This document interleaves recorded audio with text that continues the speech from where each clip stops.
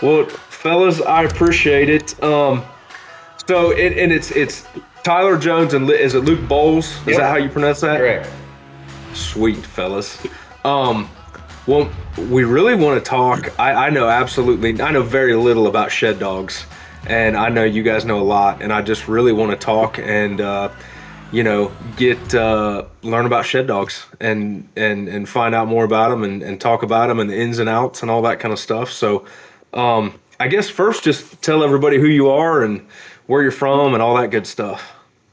You go first? Sure. I'm Tyler Jones. I live in Norwood, Missouri. Work with a family business, Eleanor Industries. We're pretty blessed to have that.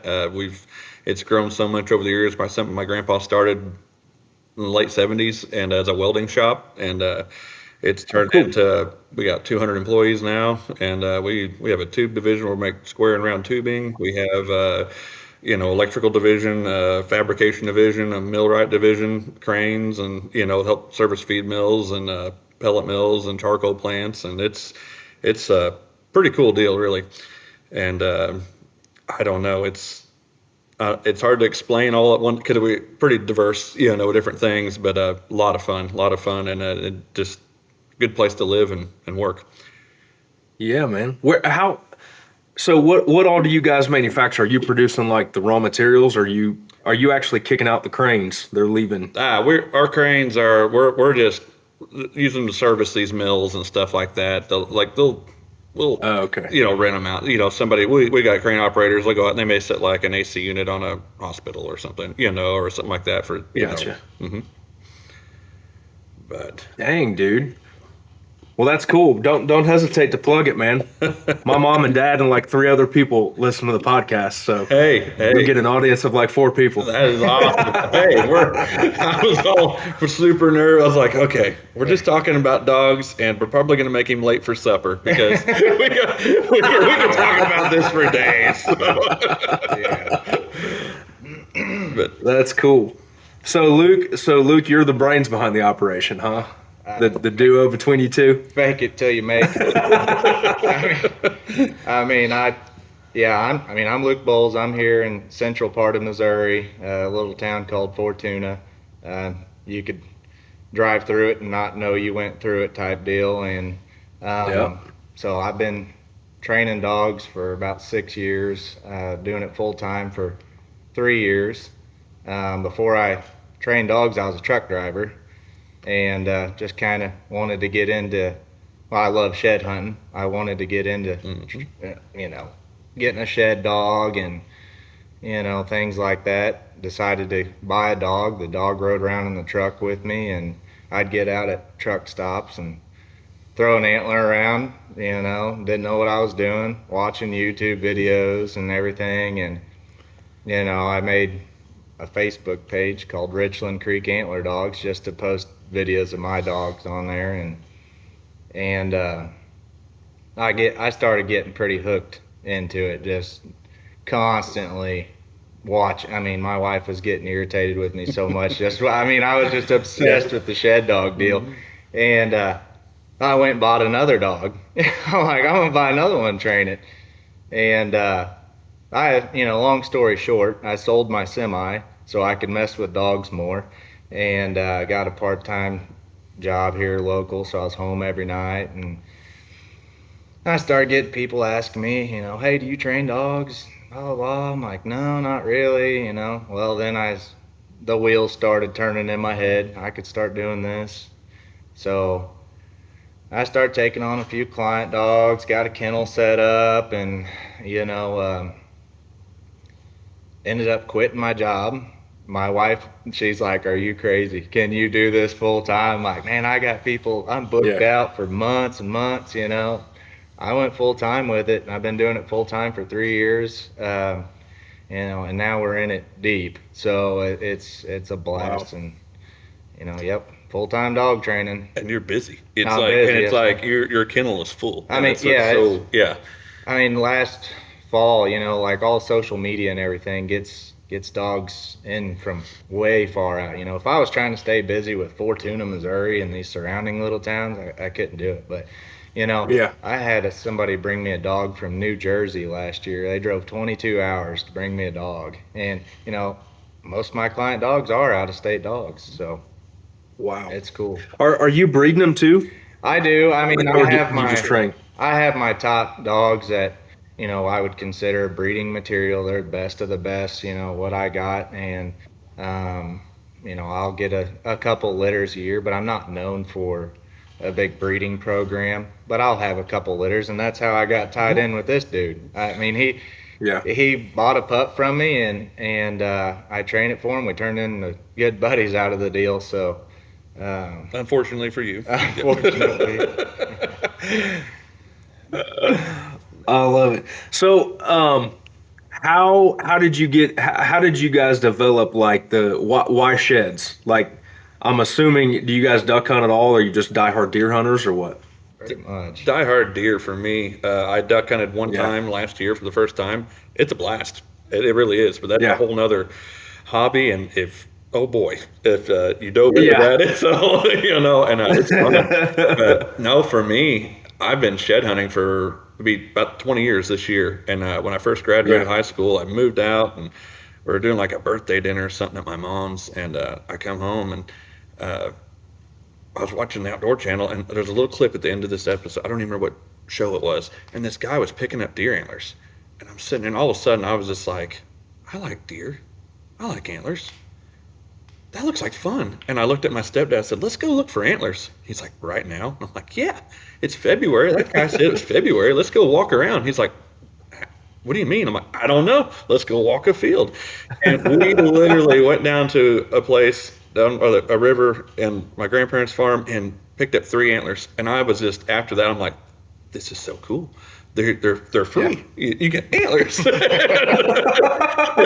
The first year I found like 7, and I had no idea what I was doing. I was just walking around. And then the next year I'd find 15, and then 20, then 30, and now I'm picking up over 100 antlers a year, and it's like, it's just evolved, you learn places to go and what to do, what not to do, but it's so fun. And how, I don't know what, there's just something, that little high you get when you see one, it's like seeing a big buck, it's like, oh, there's one. Yeah. And you get to go pick it up, or now with the dogs, you get to cast your dog toward it or something and watch them work. And, kind of like, I don't know if you can really relate it to bird hunting. You get to watch your dog work, so you're out there, you watch your dog doing its thing, and they wind them, they have a scent to them. You see that dog get birdie, it's like, and it's like, uh-oh. Well, the shed dogs work a lot like an upland dog, They'll get out. Labs aren't known for quartering, but some dogs will get out and quarter and work the wind, and you try to set yourself up for success with your dog. So you want the wind in your face when you're shed hunting, and just set the dog up for success. I have a lot of clients that'll be like, oh, my dog just ran right by an antler and didn't even smell it. It's like, well, was there a scent line? Was the wind blowing towards the dog? They're not going 100% off their eyes. They're working the wind. So Yeah. a lot of factors involved with it, but they work kind of like an upland dog, in my opinion. Yeah. It's mainly labs, right? I've only ever seen labs do it, but is it mainly labs? No, or do all breeds do there's, and I just started doing the competition side of this last year, and what few competitions we went to, it's like there's labs, Cocker Spaniels, Somebody had a giant schnauzer at the last event. yeah, and I was like, what? And the dog did it, I was like, that is awesome. There's other dogs out there, I don't know the whole ins and outs of. A lab is going to be your number one dog for it, because that's what they're bred to do, is to retrieve. So, that's the main qualification I look for when I go to train a dog, is how much desire does it have to retrieve? Because everybody goes, oh, I got a hound dog here that he's got a really good nose. I bet he could find antlers. Well, I bet he could find antlers, but is he going to pick them up and bring them to you? And so that's what labs are bred to do, is pick things up and bring them to you. Yep. So. And a struggle you've dealt with that you've told me and I've learned, it's an antler is kind of boring to a dog. It's cold. It's it's a bone. It's a bone. I mean, are they going to pick it up? Yeah, but to a dog, like a bird, to the bird side, it's hard to take a a bird dog and turn it into an antler dog, because it's like, why would I give up these birds to go pick up that bone on the ground? But yeah, the flip Yeah. side of it, if you got a good shed dog, it can, it's They you can interchange. They can and interchange a make little jobs. bit. Yeah, yeah. Yeah. So what's the most important, like when you're looking for, like when you're going to looking at any kind of dog and you're like, that dog would make a good shed dog? Like what are the qualities and personality traits you're looking for in a shed dog? I own 371 acres, and I Okay. shed hunt on thousands of acres. I go, Okay. I got a lot of permission to hunt places in southeast Kansas, and some farmers are Yeah. very, very gracious. Let me shed hunt on these ground, and it's several thousand acres out there, but you kind of get this false, I don't know. You go out there and it's like there's food everywhere for deer. So it's not all like Yeah. great shed hunting. And but Yeah. they don't want to run them over in their tires, and they're like, yeah, please go get them. And but I'm been learning the last few years out there a lot, and yeah, to have all that ground to cover, and it's a very small percentage of it is what I would call good shed hunting, but still learning Yeah. it. But yeah, as far as like getting a dog, as I was saying earlier, finding that, when Jason McPherson talked me into going to one of these shed dog events, that's when it like flipped the switch. I was like, oh, I've got to get a Hmm. dog. And I was already kind of talking with Luke and had a dog kind of coming up, and he's like, well, what do you want to do with it? I said, I wanted to find antlers. And he said, well, all right. And he goes, you want to do the competition side? Not really. That's what I told him. And nah, that didn't last very long. he, You're going. he got me into that. So, but no, it's, to be able to go with a dog is so, I don't know, it's so rewarding, to get to watch them work. And like I said, it's something my wife and I get to do together, and some friends, and even drug Yeah. Luke out on a few of these deals. Didn't work out so well for us. We didn't find much, but, and it's just day by day. I mean, you could go shed hunting, and it's just like anything else you do. It's like deer hunting or whatever. You may hunt 15 sets deer hunting and not kill a buck or anything, and not Yeah. see much. And it's shed hunting the same way. Go out, walk 20 some miles in a day and not find anything. You're pretty beat. Hmm. Like, that was worth it. And then the next day you turn and find 15. Yeah. And I don't, Yeah. I mean, there's this it's a rewarding deal when it works, but Yeah. How do so I've seen some of the like field trials for waterfowl, and I actually I was a bird boy for a bunch of pheasant trials growing up, like planted birds and stuff. But so I'm familiar with those, but how does a pheasant trial work? Do they plant sheds? How does all that happen, and what are they judged on? they're judged on, yes. So you have a 50 by 100 yard course, and imagine it into six Okay. blocks. So a 25 by 33 yard, block essentially, and they're numbered 1 through 6. And in they have a working course and a champion course, what they call it. The working course, well, both of them will have 5 antlers planted on them, and the champion side of it is there's 5 antlers, and you're going to have a blank, but you don't know your blank. It's on the back. They draw for that stuff. So you get out there, there's 5 antlers planted, and it's timed. You're sitting at a start gate. They say, are you ready? Clock's on zeros. You turn your dog out, and it's a time deal. And the fun part about it is everything goes out the window for me. I get all excited, and all of a sudden you'd think 50 by 100 yards, I can find these in a minute. And no, you're trying to hurry your dog, and it's all about handling and about working your dog, and you're a team, and Yeah. once the judge, I don't know the pheasant side of stuff, but like, say your judge is following you, and when that dog finds the antler and they say find on the champion side, you can't take a step. You got to stop. The dog has to bring it all the way back to hand.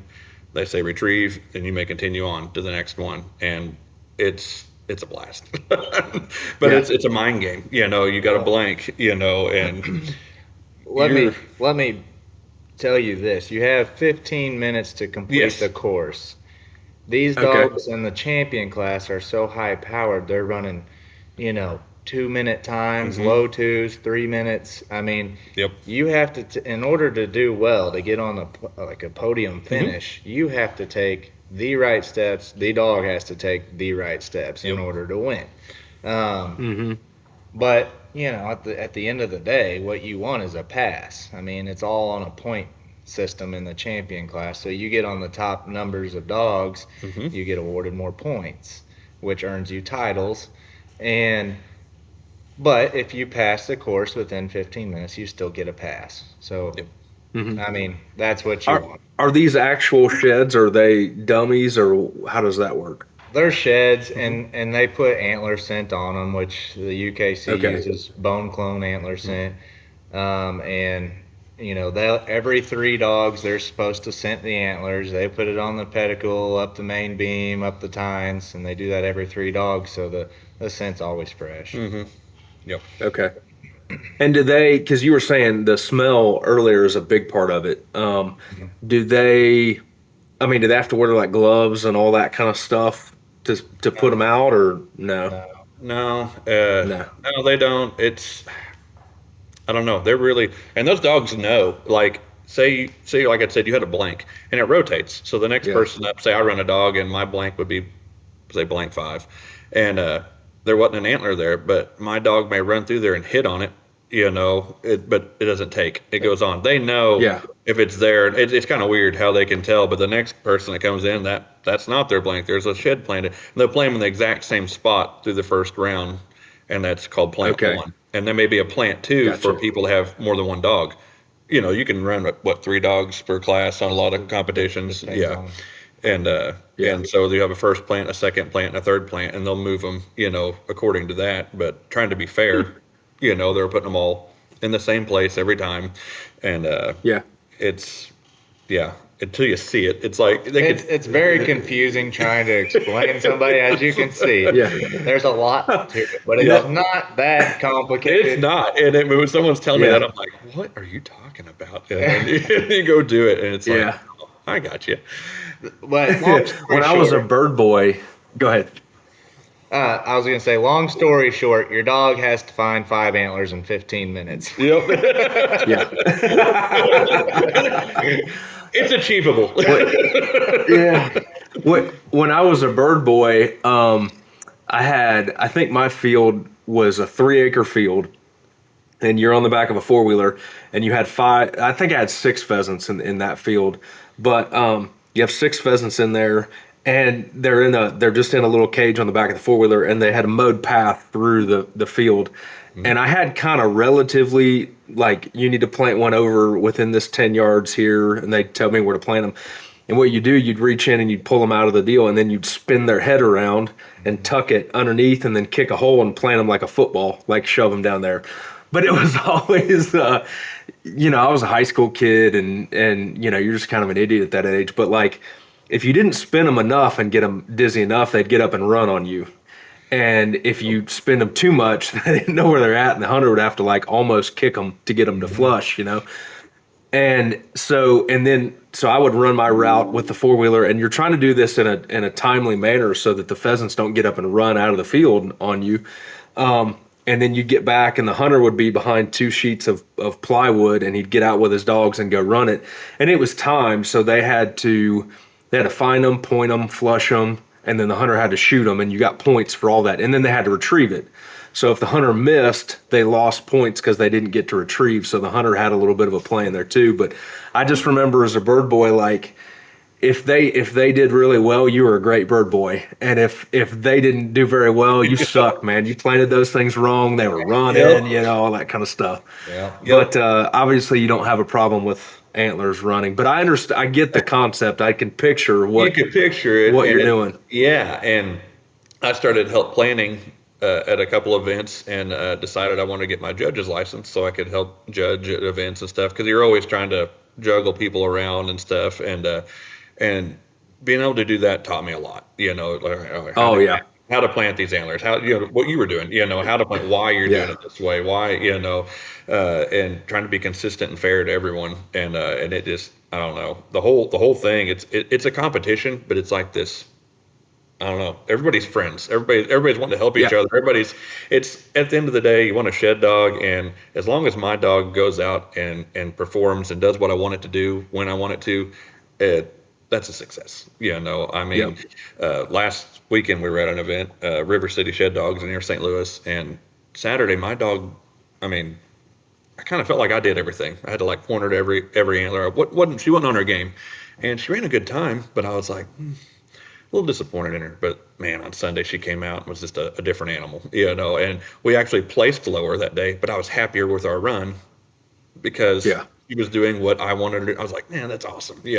I felt good watching her run, and that's more what it's about for me. I'm just having fun, getting to talk to everybody and hang out. Yeah. So, Luke, how long does it take? When do you start training? Do you start them as pups, or do you I like to mean, take them a couple months old, or what?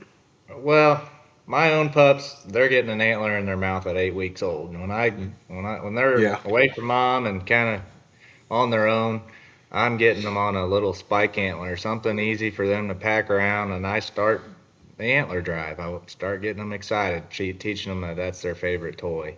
Um, and then come about 4 to 6 months, then pups start teething, and then I got to pump the brakes on the antlers and let them go through their stages of life. But my client dogs that I take in, the earliest I take them in is 5 months old because I can get them in here. I Okay. can start all their obedience, and then they're almost done teething, and I can get them started. But yeah, my own dogs, they're getting antlers in their mouth at 8 weeks old. Yeah. How long do you usually keep them before you send them back to the client? It just depends. I mean, every dog's different. So if they kind of have somewhat of an understanding of their obedience, because dog training all starts with a solid foundation of obedience. I mean, you got to have the dog Yeah. minding. So, I mean, if they kind of know sit and stay and things like that, and I can sharpen them up, and the process goes a little quicker. If they like to retrieve, real amped up over retrieving, then that makes it go a little quicker yet. Number one problem I run into with training these dogs is correcting the retrieve. They they want to get the antler and play keep away or drop it halfway back or just want to Hmm. mess around. So I have to teach them that I need that antler in my hand. Like you will hold on to it until it gets to me. So I have to train the retrieve. Even though they want to do it, I have to train the correct retrieve. And that takes some time. But generally 2 to 3 months, if from scratch. If I'm starting from scratch, you're looking at 3 months. If the dog knows some stuff, you're Yeah. looking probably around two. It's good Yeah. for them to come back to like they build a bond with you, Right. and they know him as this is the guy, then your Yeah. dog comes back to Yeah. you and you got to build that bond and start working with them a little bit. And it's good for them to come back after a few months to kind of finish it, Yeah. if Yeah. you want. Yeah. So you typically, like Tyler, when you get yours back, you will keep the same training Yeah, that yeah, Luke has and done for a yeah, while. and he's pretty good to send stuff out. Like when I bought my pup from him, he was sending all of us that bought a pup like a weekly YouTube video. Here's what I'm doing today because he kept back 2 pups himself, Oh, so cool. it was Yeah. awesome. So we're sitting here real time. All right, today we got a video. Yeah. What's he doing with these puppies? And we were kind of mimicking with him and basically training him on our own. That way, when they come to him, they don't have to be here for the full That three that was months. my point was anybody who bought a pup off me, I was sending these weekly videos of my pups, where they're at, where you should be at. If you're falling behind, then you need to start working your dog a little more. And so, yeah, by the time they would get to me at 5, 6 months old, they were where I wanted them to be. I didn't have Yeah. to start from scratch. They're Hmm. already one step up, and my clients aren't paying as much money for training. So, Yep. And then Yeah. when Can they go ahead. Oh, go ahead. Oh, I was gonna say, like, basically back to your question. Yes, once they've been here for the 8 weeks, come pick the dog up. He's like, hey, let's take it for a run, and we'll plan a little course. And he goes over everything he's been doing with the dog, and it's like, you know, people think you got to spend hours a day with this dog. You don't. 15, Yeah. 20 minutes a day, you can just, it's repetition, and once you kind Yeah. of get in a rhythm with your dog, if you just run them a little bit every other day or just a few well, times. the main thing is, I mean, the dog knows it. Hmm. You're wanting to keep them in shape and keep them Yeah. excited Yeah. about doing it. And because the last thing you want coming into shed season is a fat, lazy dog. I don't want to get out and work. So you want to keep them Yeah. in shape. Yep. Yeah. How is so I know a little bit about like the water dog training and all that kind of stuff. Like that's the last experience I had with training the dog. But is it can these dogs switch over and like duck hunt, or when you get a shed dog, is it pretty much you're a shed dog forever? So How I does that like work? to start like all of my dogs are gun dogs too, which I don't duck hunt Hmm. anything. But at the end of the summer, my dogs are bored. I mean, we can't run antler courses and stuff like that in the middle of summer. It's too hot. They don't want to get out and work like that. And so I do a Yeah. lot of water work over the summer and do some gun dog stuff and then come early fall, I'll go out and dove hunt. I'll go shoot some doves over my dogs, and Oh that's yeah. about all I Yep. do. But and they eat it up. But I'll Hmm. start my shed dogs as solely shed dogs. It's so easy to turn them on to birds later on. Now, in my Yeah. opinion, everybody has their own different ideas, but in my opinion, you start them on birds and try to transition them to antlers later. That's where you kind of have the fact that antlers aren't that exciting. It's not a warm feathered bird, and I don't Hmm. want to do it that much. So I get them super excited about antlers first, and later on, I can always turn them on to birds. So Yeah. I think it's fascinating to me that like a lot of this shed dog stuff, I feel like it's just come on in the past 4 or 5 years. It seems like. It's Like what exploded. do you Yeah. guys think the reason that it's exploded? you know, at shed hunting, I feel like has just become more popular sport in Hmm. general over the past few Yeah. years. People are Yep. learning about it, seeing Yep. something to do in the spring, and they've been sitting in the house all winter. And after deer season, you kind of have that lull between turkey season, and it's something to get out and do. And then Yeah. that you throw the whole shed dog thing into it, and this sport has just exploded. I mean, Oh. competing with your dogs, like I kind of got into it a little earlier on, but um, the gun dog tests and all that stuff, that's been around for years, Yeah. I mean, back, I don't even know when they first Me started this either. crap, like back Yeah. in the 30s or something, Mhm. I don't know. They were running gun dogs back then. And like the UKC Elite Shed Dog Series has been around. I think they're on like the ninth or 10th season of this or something. Okay. It's And really green. and it's, but the number of people doing it is just in the last 2 years, from what I've known of it, there's double the people in it, Oh yeah, or more. yeah, And it's we growing. had new people every event. There's more new people getting it. It's awesome. It's cool to see Yeah, new people getting into it. But what triggered that? I don't know that I don't. I don't know that I know the answer. It's fun, Yeah. so I don't know why they wouldn't want to do it. But Yeah. yeah, because 20 years ago when I started shed hunting, no one did it around. I didn't know what I was doing, and Yeah. I didn't have a clue what I was for the first 3 or 4 years. I'm asking people, they're like, I don't know. I seen some deer in that field. You might go, you might go look. Okay, and but and now everybody, it seems like you can't hardly, about everybody you talk to, they either go every now and again or know someone that goes or hunts their property or something like that. So And I'll see people run into people all the time. They'll see my shirt or my hat or something. And they're like, "What's a shed dog?" There's still lots of people out there mhm. that have no idea what a shed dog is. And I'm like, "Oh, it's a dog that finds antlers Yep, and brings them yep. to me." And they're like, "No way!" I'm like, "Yeah, way." So what's the biggest shed you guys have found with your dogs? With the dogs, I don't know that like I've found with the dogs, I've not found my biggest or anything yet, but I picked one up just a couple days ago. It's probably the biggest one I found with my dog, and I haven't Yeah. scored it yet, but probably upper 50s, something like that inch shed, Yeah. 60-inch shed, but Yeah. but watching her pick it up, it was hard for her to carry it. I was like, yeah, Yeah. give me That's all. one. I I got a story. This is kind of cool. Let's hear it. So Let's hear it. I was, this was several years ago, got permission to hunt this little 5 acre patch of timber. I mean, little bitty patch, but it was surrounded by some crops. I'm like, there's deer standing in there quite a bit. I was like, there's probably some antlers in there. I'd take one of my dogs in there after work. This is when I wasn't even training full time. I go in there and she runs off to the edge and she picks up this antler here. Sorry, Tyler. Oh, you're good. And I'm like, wow, that is a big 6-point.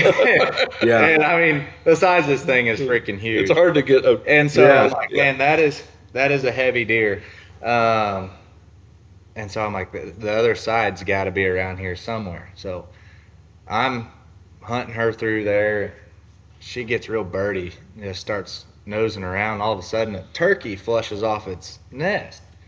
I'm like, okay, she was just screwing around on that turkey. And she leans down, pops this sucker up right beside. Holy cow.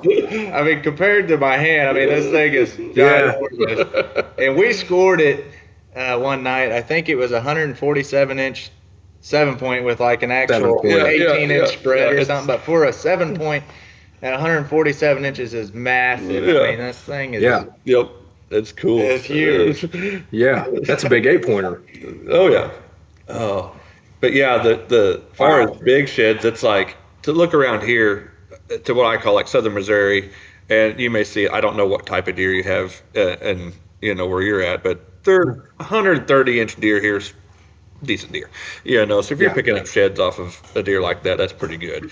But that's why Yeah. it's like it's fun. I'll pick up all these forky horns and anything that are laying around. It's a blast. But to go to Kansas, there's that chance of finding that 80-inch shed, you know, or you know, there's guys that are picking up some serious hammers out there, you know, Yeah. 100-inch shed or something, you know. You're like, oh my gosh, and I always think it's cool. Sometimes you'll see a guy that's killed a giant and he's got like 4 years of sheds, Yes. like matching sets, and That's it's him. really impressive. We do that. We do that at home, and it's like, yeah, it's Yeah. cool. We have antlers off these deer year after year, and a smaller scale. You know, may not be a Yeah. giant, but and it does teach you something though too. You know, you got this shed off of a deer, and 2 years later, someone kills it, and you've got these, and it literally grew 10 inches. You know, they don't all become, you know, Bambi's dad. You know, they're just not, and it's genetic, and you know, a lot of people know that, but it's really taught me a lot about it, and they'll carry that characteristic. You know, I've seen 10 points become 8 points the next year, just a clean 8-point. Why? I have no idea. You know, then the next year they'll get their G4s back, you know, and I'm like, here's his sheds, you know, this is what he did. And it's pretty neat. Yeah. You know, there's a lot of stuff to learn, and every antler's different. Yeah. And that's what makes it fun, I think. Yep. Have you guys ever found like the same deer shed in the same weed patch or that 5-acre piece? Like, have you had stuff like that happen? Yeah. Yeah. Yep. Deer are pretty. They will winter in the same areas a lot, as long as nothing's changed. Yeah. You know, as long as no one's blew them out, done some dozing or logging or anything. They're pretty. If they survive, that's the big thing, you know. But they'll do that, and I've found sheds. Well, the one I found the other day, I just happened to check a camera and seen that he'd shed off, and I'm like, well, that's early, but I want to go find those sheds. That's a good deer, and I picked his antler up. I found one side to him the year before, about 100 yards from there. You know, I mean, Wow. just no, that it's kind of fun, kind of neat when they home like that, you know. And then sometimes they move. Yeah. You know, they'll change home range and move somewhere else. And we've had deer leave for 2 years, and we're like, oh, he got killed, you know. Then he shows back up. Yeah. And you're like, where have you been? You know. You have that happen a little bit more out in Kansas than anything, because it's the patches of timber so far apart and stuff like that. Yeah. And my dad ended up killing a deer. It's been about 5 years ago now. That girl scored 189, and this deer was on our farm it was the third or fourth year we'd seen him. He showed up for about a week every year, and that was it. We have no idea where he come from, nothing. And my dad, he was like putting it all on black. He goes, I'm going to wait for this deer this year, and I'm going to kill him. And he did it. It was like, he comes this week and he ended up doing it. And we asked neighbor after neighbor, because we want to find the sheds of this thing. We're like, where's he coming from? And nobody, you know, knew where this deer come from. And I'm like, how? You would think someone had found one side to it at some point, and because there was a lot of people interested once he harvested that deer. Where everyone's like, wow, we need to let's figure out where his home range is, and never did figure that out. It's crazy, man. Some of those, I don't know if you guys listen to like the MSU Deer Lab, but they have some wild stories. There was one, like the deer swam a river every year, and so he would like be in a different state I seen across that. the river. Yeah, I and watched then that. different. Yeah. There's some crazy stories, Crazy man. stuff. Not just a river. It was the Missouri River, wasn't it? Yeah, it was a big river, and he was like, and they had some deer. I don't know. I don't remember the exact stats, but they moved like 17 miles between their like Yeah. summer Yep. and fall range and stuff, and Yeah. that's like it's And different county in oh, some absolutely. places.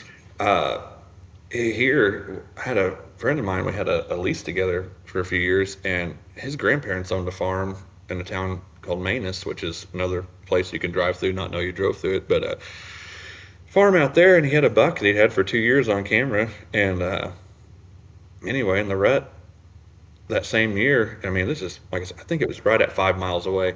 I had killed a deer. I was loaded up, and I'm watching this deer in the bottom. I was like, "It's a buck," and I was telling him about it. I was like, there's this cool deer. He curved in real hard. I was like, I watched him make a scrape. Just kind of a nice buck, and we check cameras. It's that buck. 5 miles it moved, and it stayed there for 3 years and like never went back. I was like, That's nuts. what in the world? That's the farthest I've ever got to witness one, Yeah. move, but he just rehomed. Yeah, and why, I have no idea.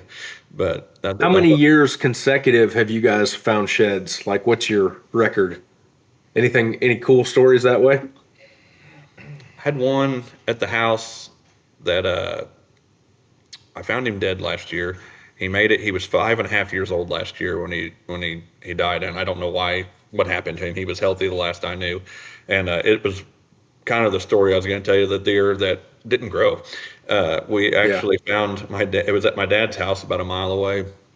One year we were, I don't know, checking cameras or something, and I found this little match set to a first set of antlered deer. And my dad goes, "Oh, that's the one I was calling multi-brow." And it had like these bunch of little bumps, instead of growing a brow tine. And I thought, oh, okay, yeah, that makes sense. And the next year it shows back up, and it was a little bit bigger, not much, but it did the exact same thing.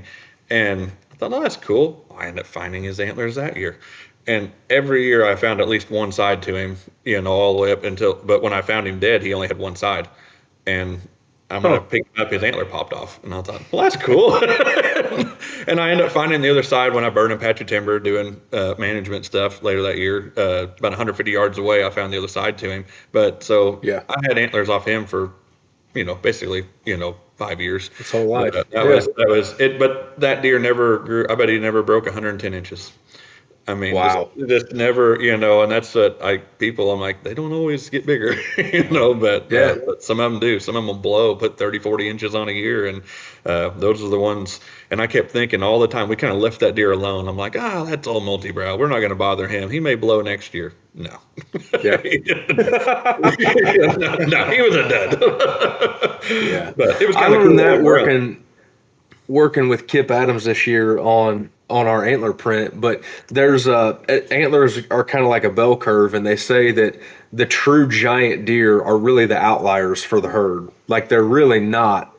A lot of people think, oh, well, just let them pass. They'll all get to 170, 180. But like, man, a lot of them will only get to 130, 140. That's all they have the potential for. Definitely. Oh, I agree with that 100%. It's so genetic. And we've dealt with a drought the last 2 years in a row here, and I can tell a huge difference in our antlers. I mean, a huge difference. And I never dreamed that in our area, because there's creeks and ponds and there's water around, but it's not so much that the deer can't get water. They can go anywhere they want.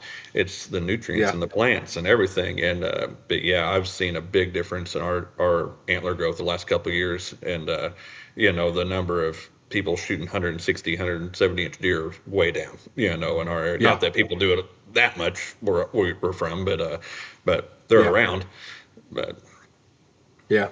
Well, Tyler, I was going to ask you too, when you were showing that big 7-pointer, I was thinking in my head, do you train the dog to grab a certain part of the antler, like a certain part of the beam, or is it you don't care, you just wanted to love antlers? Funny you ask. What do we got? Secrets, but no, I'm just kidding. So yeah, that's a good issue I deal with every day. Dogs wanting to pick it up by the tip of the tine, or or By the base by the or, pedicle, and then they fumble it, and especially in the competition side, you grab that antler right where you're supposed to, and you're not going to do that. You speed our times up, which that's one side of the thing, but it's important to train them where to grab it. And as I start them as young dogs, I'm picky with what antlers I train with. I'm training with an antler that has a long main beam in it and maybe a short brow, where it's like, boom, that is the sweet spot, and they start learning it. And if a dog struggles with it, this is one thing I do. I will take some vet tape and I will wrap it around that main beam to make it pop. And they start seeing that, and that vet tape feels better than the hard antler. So they want to start grabbing it there. I'll let them grab it there for a couple of weeks. I'll peel that tape off, and then it's like it's a habit. They want to grab it right there. Yep. Huh. Do you get penalized at all if you grab it in other parts, like in the field trials, or just if you drop it, or what? No, like if the dog's coming back on a retrieve and drops it, you can say fetch it up. They'll pick it back up, but you're ticking time. So you want them to get it right the first time and get it to you. Yep. Those are really fast dogs. They just the ones that are always podium and stuff, they won't fumble that antler. They're just, they know the game. Then you got dogs that are learning, that's why they have a working side and all that stuff, and they're just, and my dog will do it, and she knows what's going on. She'll grab one by the base and be running with it, and I'm like, oh, you're gonna drop that, because she's running and it's flopping in her mouth. You're gonna drop that before you get here. It's all about seconds in that thing. But as far as a wild shed, I gotcha. I don't care where they pick it up, but it's safer for them though to pick it up in between like that brow tine and G2. And when they don't know where to grab it, especially with young dogs, they come flying into that antler. They bend down, they can poke themselves in the mouth on a tine and turn themselves completely off. I've had dogs poke their mouths and not want to pick up an antler. And so you're like, okay, we need to take a step back here, build your confidence back up, and get them to want to pick it up again. So you just got to be careful with young dogs when you're training. Use stuff that they can't poke themselves on, that's easy for them to handle, especially with puppies. Like I said, my 8-week-old puppies, I use a spike antler. I know they're not going to get hurt on that spike antler. And whenever they're getting comfortable picking it up, then I might bump up to a little forked horn. And then when they get comfortable with that, then I just start gradually increasing size. Yep. Well, a lab is so soft mouthed, that's why the bird dogs, they're not just chomping, breaking bones, they're not, they're not, they bite in, they can get hurt pretty easy. And mine as a puppy did that. I was doing training, and he, I was watching a little video, and I was like, all right, I'm going to bump the antler size up. And I was doing a little aggressive, and I was like, oh, I got a little fork and had a little brow tine on it. I thought, perfect. And I was doing like hallway training with the dog in the house. I was like, okay, because she was trying to play keep away, and one of the little deals about that, you throw an antler down the hallway, and when they turn around and pick it up, they have nowhere to go but to you, and you grab it and throw it back. And about the third time of that, of course, your puppy's amped up, you throw in the antler, that's their favorite toy, and she comes flying down the hallway and sliding to, catches antler and slams it into the wall like a toddler would, and because they don't know how to pump the brakes. And she poked herself, and I heard her yelp, and she wouldn't touch an antler for like 3 or 4 days. And finally, I didn't say nothing to him for a while. Finally, I texted him one day. I'm like, hey, I think I ruined my dog. But it slowly built her confidence, and she's fine now. But but for a few days, I was trying to get her, and she's like, no, not interested. Yeah. It's like that sign in the mechanic's office. It's like, it's this price if you let me fix it, and it's this price if you try to fix it before you bring it back to me. Exactly. Tyler has one of those. Like, hey, if you try to fix your dog before you brought it back, it's going to cost you double. You ever change oil on this thing? No.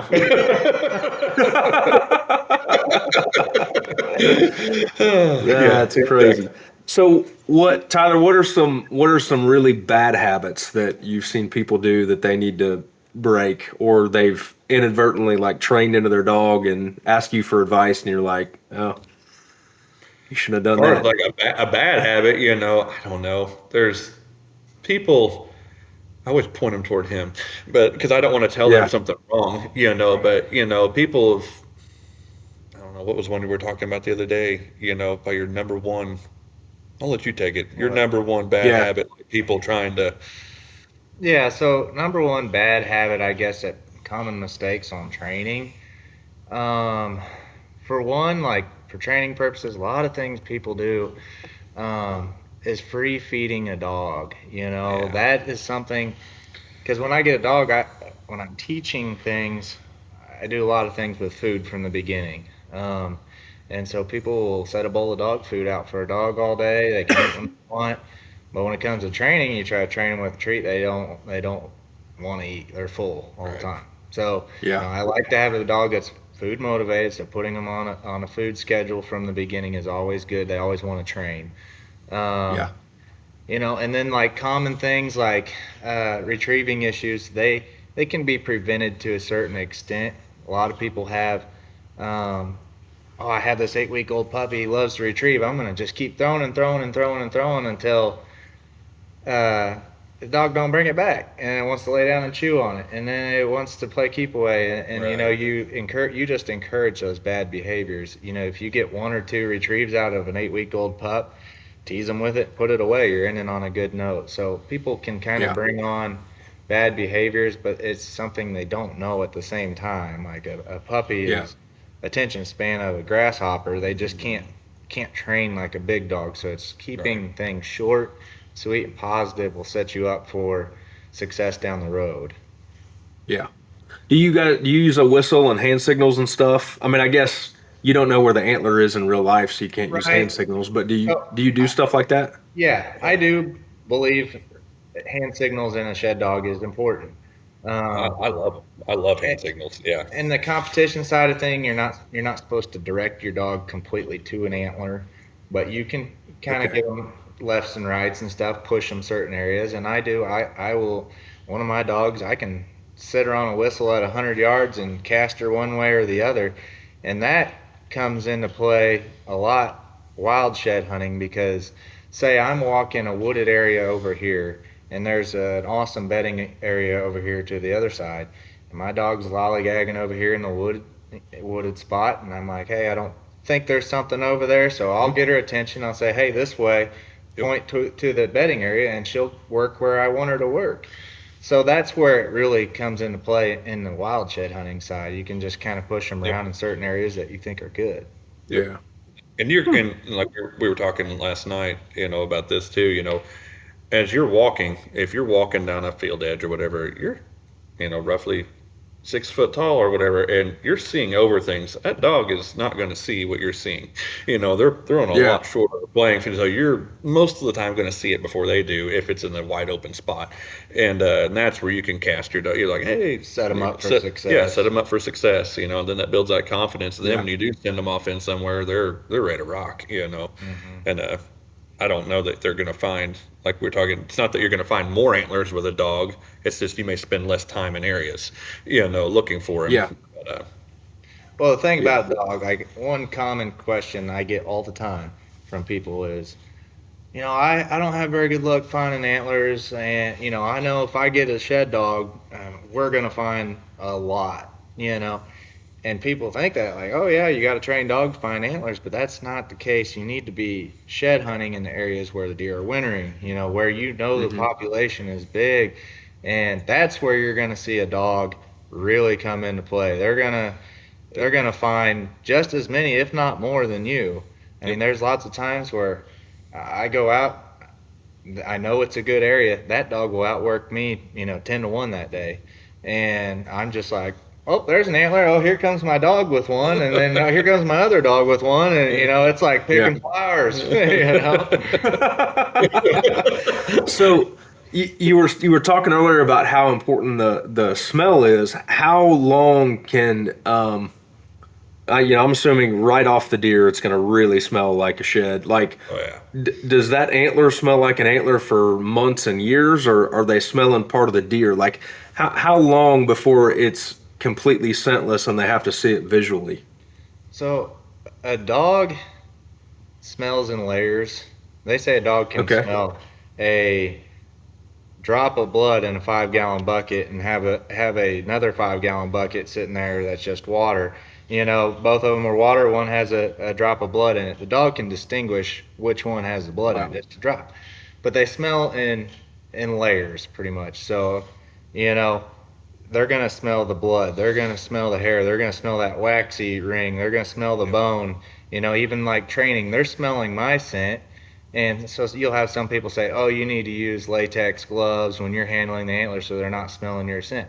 Well, yeah, they're smelling my scent, but they're layering it all out. They're smelling the other things too. So whenever you do come up to a wild shed that does not have my scent on it, they're still familiar with all the other scents that make up that. So, I mean, if that answers your question, but the old antlers, we find a lot of year-old antlers, 2-year-old antlers when you're out walking in the woods. They are harder to smell. They're weathered, but I have watched dogs hit on them. If I set them up with the wind, they're going to recognize that smell of that bone and pick it up. Yeah, as far as like a fresh scent though, to me, as long as that wax ring is still on the base, I don't know if you know, like if you pick up a really fresh antler, there's like a little wax ring around it.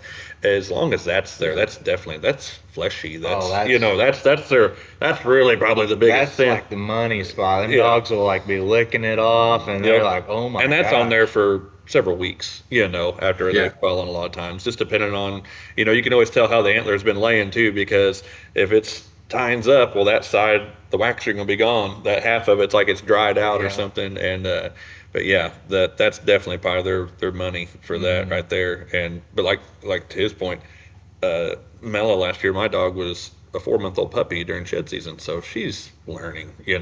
We're just putting her on stuff.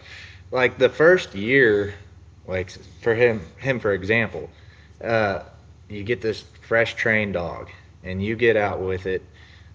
This is all new. They're getting experience. So you're going to, of course, have to put them on a lot of antlers. I mean, like you're going to see them. You're going to set them up for success, give your hunt commands, get the dog to pick them up, reward them, praise them. And then after, 2 or 3 antlers, they're like, okay, I'm not smelling his scent on here. This is kind of like training. They're familiar with it. And they're like, okay, we know what we're doing. So they get out, and then you're like, oh, dang, here comes my dog with one. They know what they're doing. And it's just like the first year is experience. The second year, it's like a fire lights under them, and they're like, let's go. Yeah. Yep. And that's like saying last year I was on a place, and I turned around, I was walking to the truck. I was almost to the truck, and I looked back, and there's my puppy digging around in a multiflora rose bush. I'm like, what are you doing? I'm like, come on, leave it, and she just keeps on. And I'm like, oh, I should have brought the e-collar. About that time, she pulls out this antler that's a year or 2 old, and I'm like, holy cow. You're the greatest dog ever. I was about to shock you, but yeah, no. And but there's no way she smelled that to me, but like she visually seen it, and she's just a puppy, but she still knew what to do, And corrected, I was humbled. I was That struck me to another story here. I like to tell this one because we have 2 little boys. I have a 5-year-old or a 6-year-old and a 3-year-old, which this was a couple of years ago. And we put the kids on our backpack carriers, and take them with us. And so we were getting out my pickup at a spot that I'd never been in before. And I was getting my backpack on, getting the boys loaded, putting their shoes on, snacks, everything like that. And I kicked out a couple dogs out of the box.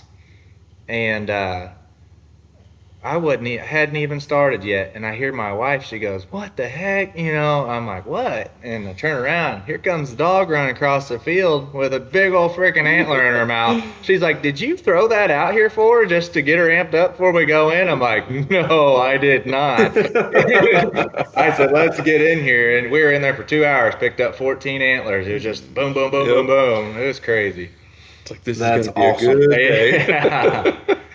So I saw on your Instagram too, some deer that they've found. Are they, once you get a dog, fetching antlers and stuff, will they help you find deer, or is that something you do to help them be a better shed dog? It depends, because a lot of deadheads, deer that you find, still have a spine, carcass, and stuff attached to it. Now, some dogs will pick them up, and try to drag them to me.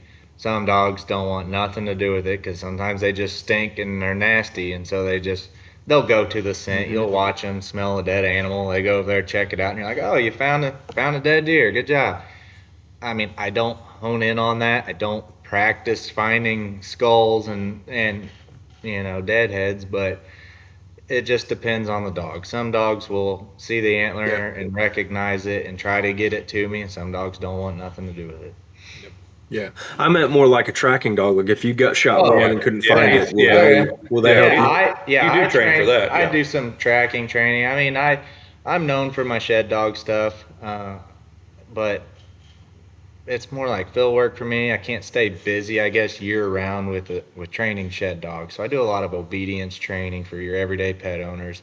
I do some deer recovery in the fall. I'll get a few tracking dogs started and get them on some deer, and then I do your basic gun dog stuff too. So I try not to get too wrapped up in that stuff because I don't want to be known for it, but I do it for field work. Yeah.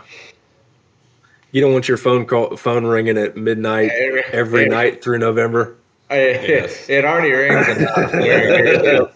The word gets out after you go track a few deer for people. Yeah, and that's the most true thing. I have friends at home that did that. They train these blood dogs or deer tracking dogs, and they're like, and they love it. But that's what they said. They're like, man, throw deer hunting out the window for about 3 weeks. It's just every day it's a phone call. And I like to hunt. So Tyler, if you ever get mad at Luke, you're going to go into like a bathroom stall and say, "Need help finding your deer? Call." Yeah, his phone number. I got decals already made. I just put flyers up at the gas station. Oh man, that'd be awesome. Well, fellas, before we go, Luke, tell us more about your kennel, where they can find you and all that stuff. So you can find me I'm on Facebook, Instagram, TikTok. I'm on YouTube. I have lots of training videos on YouTube, but you search Richland Creek Antler Dogs. I'm located in central Missouri, pretty well smack dab in the center of the state. Fortuna is my address. There's several other dog trainers out there that do this, and I can recommend, because I get people from all around the country contacting me, and I know some really good trainers that might be closer to them, so they're not driving all the way to me at the same time. So I try to help fellow trainers out too, but of course I will stand behind my own work. I can hook you up. So. Yep. Cool. Tyler, how about you, man? In case we lost that first segment, plug your welding company. Eleanor Industries, located in Kabul, Missouri, and we have several different divisions. I work at the tubing division, which is located in Mountain Grove, the next town over. Look us up. Yeah, we have a website. They've really updated everything here actually in the last few months and done some stuff, and pretty cool stuff. Cool, man. Well, guys, I appreciate you coming on and talking about shed dogs, and I wish we're about there. I guess we're in January now. We're coming up on it. It's happening. I've already picked up 8, and I'm not even just really checking cameras. Yeah, it's like 8 fresh so far. So yeah, I'm not complaining, but I'm also it's not a good thing because once I find one, I'm like, it's time. And you want to take off, and it's not. But no, we appreciate you reaching out and stuff. This is fun. This is something. Yeah. This is all we talk about. So day in and day out. we just got somebody else suckered into our conversations.